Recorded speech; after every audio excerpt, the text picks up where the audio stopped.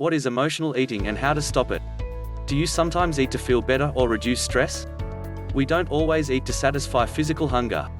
But sometimes, we eat for emotional needs instead. When we do, it's often comforting but less healthy foods, and this is called emotional eating. If you think you suffer from emotional eating, read this article to find out more about how to identify it and practical tips on how to stop.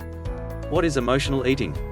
Emotional eating is when you eat high-calorie, low-nutrition foods whenever you feel stressed. Emotional eating attempts to fulfill your emotional needs and make yourself feel better rather than your stomach. There is a wide range of emotional triggers to this, such as boredom, stress, anxiety, habit, depression. Unfortunately, emotional eating doesn't fix emotional concerns, and it can actually make you feel worse. As not only does the original issue remain, but you may also feel guilty for eating more than you need. How can I tell if I'm emotional eating? While it may seem obvious to only eat when you are hungry, it can be quite hard to identify emotional eating because you may not even realize that you are already doing it. But you are probably wondering, how can I tell if I do this, too? One way to identify if you are emotional eating is to keep a diary of how you feel when you eat. This will help you identify your triggers, too. Consider and record how you are feeling every time you eat, what you ate, and how you felt after. Do you eat more or less when you are feeling stressed? Do you eat to feel better? Do you find eating cheers you up or calms you down when you feel anxious? Does food feel like a comforting friend? Do you feel you are powerless over what and how much you eat? Do you use food as a reward? There is a huge social and enjoyment aspect of food and eating that is healthy.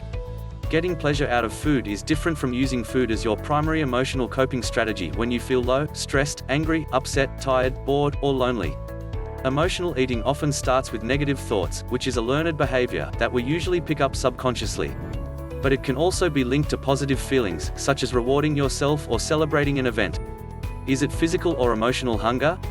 At first, it can be really difficult to distinguish between physical and emotional cues for eating. However, some practical tips can help you work out the differences.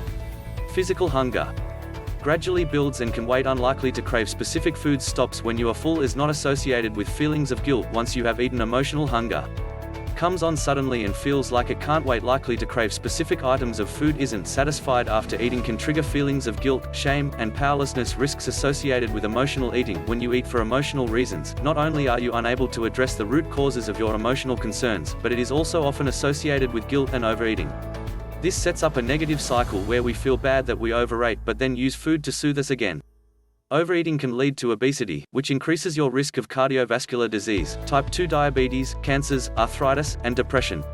Becoming obese can also lead to a loss of control, especially over our weight and eating. Overeating can also cause nausea, which gives a strong feeling of discomfort. These risk further emotional eating. Stress can impact what you eat. Stress has both a physiological and psychological impact on appetite.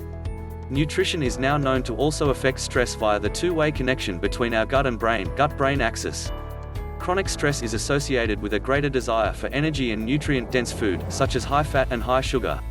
The stress hormone, cortisol, has been found in mice to have the opposite effect on the hormone leptin, which inhibits hunger. Mice with higher levels of cortisol continued to eat and gained weight. This suggests that not only might you eat due to stress, but cortisol amplifies this by making us feel physically hungry even when we aren't. This demonstrates that there is a physiological component to emotional eating as well as a psychological one.